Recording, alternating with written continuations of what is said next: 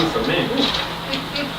So do you want that to be a part Yes. of your mission as well? Yes. Because I thought, like I said, that's something. Because for me, that's, yes, and I think that's what Jesus, it's what Jesus said to the disciples. He's like, you guys are great fishermen. It's gonna, you know, it's a great business. You're taking care of yourself. People like you. But I can make your never in the wildest dreams come true. I can make you fishers of men. Well, actually, I like that as a catchphrase. Never in your wildest dreams will it come true. So it could be John Smooth Author Incorporated.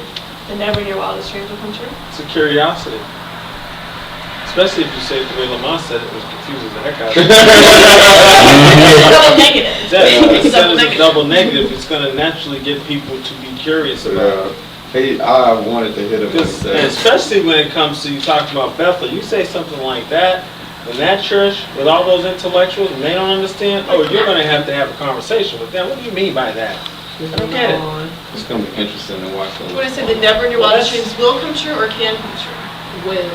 Because that also implies work. What? Will? You say will. So like if it will come true, it means you put the work. It can come true.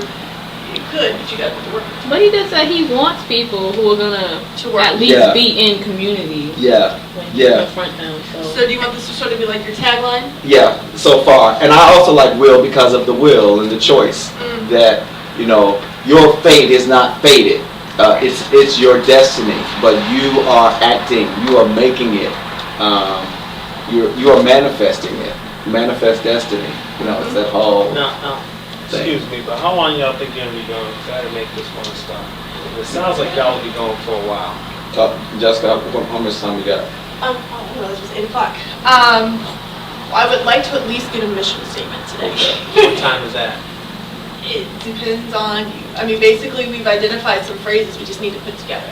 So we're, what, 30 minutes? So maybe 30 minutes for that. I don't know if that's all we want to do today. We can work on the rest at some other given time. I mean, I can definitely take what we have and, you know, work some stuff up and give it to you, and maybe we can come together again. 30 minutes. Should we say 30 minutes more so we can at least solidify a mission statement? Yeah. Does that work for everyone? Yeah. Okay. So the phrases again: help to facilitate choice, to make the wildest dreams come true. Although since you have that in the tagline, you may not want that in the mission. Right, I don't have to do the mission. Meet people, connect with the part of people they are afraid of without making them afraid of, I don't know if you would say you or... me or whatever extension there is. Right. So those are the 3. Now, does it really matter if they're afraid or not? It matters if they're afraid of me. I don't care about them being afraid of the process, but I don't want them to be afraid of me. But do you have any control over that? No, but the people who are afraid of me can't come down the rabbit hole. But we're not talking about afraid of... Are you talking about the first part or the second part? Because those are 2 different things. So the first part is afraid of whatever they're supposed to be doing that they're afraid to do. No, that's not what I'm talking about. You're talking about the second part. Okay. So I would feel like this. So just the first clause then? Well, no, what's the second part? Without making them afraid of you. Or... I think that's important. Or do you want the process? Over it. But I do have control over how people fall in my community. True. So I'm actually trying to invest in people who will then in turn invest in other people. Okay. I don't think I'm saying is you can only do the best you can and not make them afraid of you. Oh, you're talking about language. You to process. I think if you touch something sore, right. and it's very sore and has no scar on it, you're going to be afraid of you because you just grabbed something that hurts a lot. I see what you're saying. I don't think there's anything you can do about how they react to having that grabbed. But if you say change it to the process instead of you, that takes it so it's not as personable, not as personal. Yeah. So it's afraid of it. It's challenging the process. You don't want them to be afraid of the process. Right. Wow. Okay. So it's alright for them to be afraid of me, but don't be afraid of the process. Absolutely. Like you said, Esau was afraid of you. Yeah. But he knows that it's the correct process. Oh, I got you. Your father's your teacher, but you're afraid of him. Damn sure was. But you hear that belt clanging?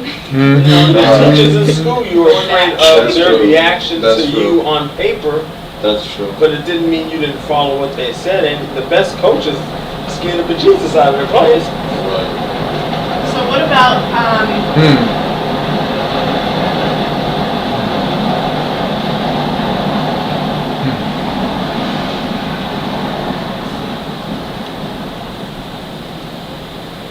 you have something? Okay. I'm thinking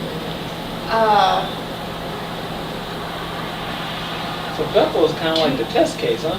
Mm-hmm. That's why God sent me there. Let's put it in a tube, but Bethel tube. What about connecting with target people they're afraid of, without making them afraid of the process, in order to help facilitate choice? We just got to talk. I think that's great. We just got to go further with choice Okay. to talk about what that What do you want the what choice to be? that What is is. choice? Well, choice. We got to put choice in a context because you can say facilitate choice. What is this, like a Planned Parenthood extension? You know what I mean? Throw that out there. Or What what is about, choice? what about help facilitate the creation of kingdom communities? Cool. I like that. What's kingdom communities? Yeah, we would have to go into define it, but I think I like it because it pulls us all. It pulls us back into my Your vision. Yeah. But I think you have to define kingdom communities, and I'll tell you a little about the meeting when I had today with the feds. He asked me about dealing with faith-based. And I told him I had no problem working with them, but I absolutely would not put that tag on my organization. Right. I said, because if you look at what's been going on in the reentry field, where were these so-called faith-based organizations prior to Bush announcing there was money out there for faith-based?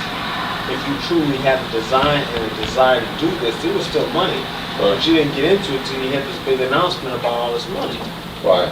So I was like, yeah. so I don't want to tag myself to people who are in it because they're seemingly trying to do good and they have no gift to do this. Right. Nor any desire either. No any desire. We're getting started. So when you start talking about kingdom, I don't have a problem with kingdom as per se probably be defined in this room.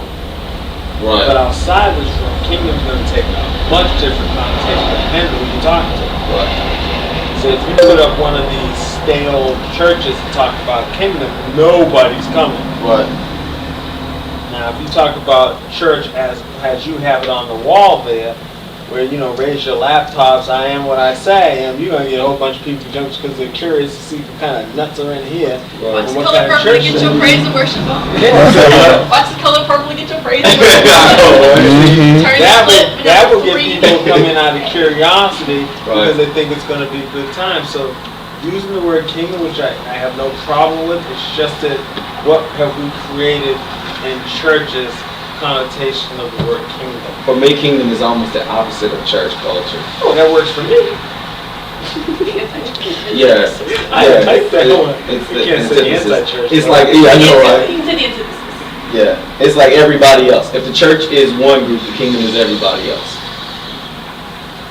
So, See, I'm going back to your GBH ABC thing that you did. To me, GBH is kingdom, ABC is The the world. same old thing, Yeah. right? So, Would you say rewind a little bit? I'm not sure that Jessica heard yeah, the Adeem ABC. called me. oh, okay. Basically, GBH has this way of creating their programming where they have tons of people from all over the country pitching in on the intellectual capital of what they're all about, Right. the programming. So a kingdom, they really fit the kingdom model, which is everyone pitching in to make something happen. ABC is more corporate. It's more top down, of course. We tell you what we're going to do. This is the idea. This is what it is. Period. Even though kingdom kind of operates like that too. I mean, the king says this is what it is, and then that's what it is. But there's something different about the shared responsibility that I'm hearing you say. Right.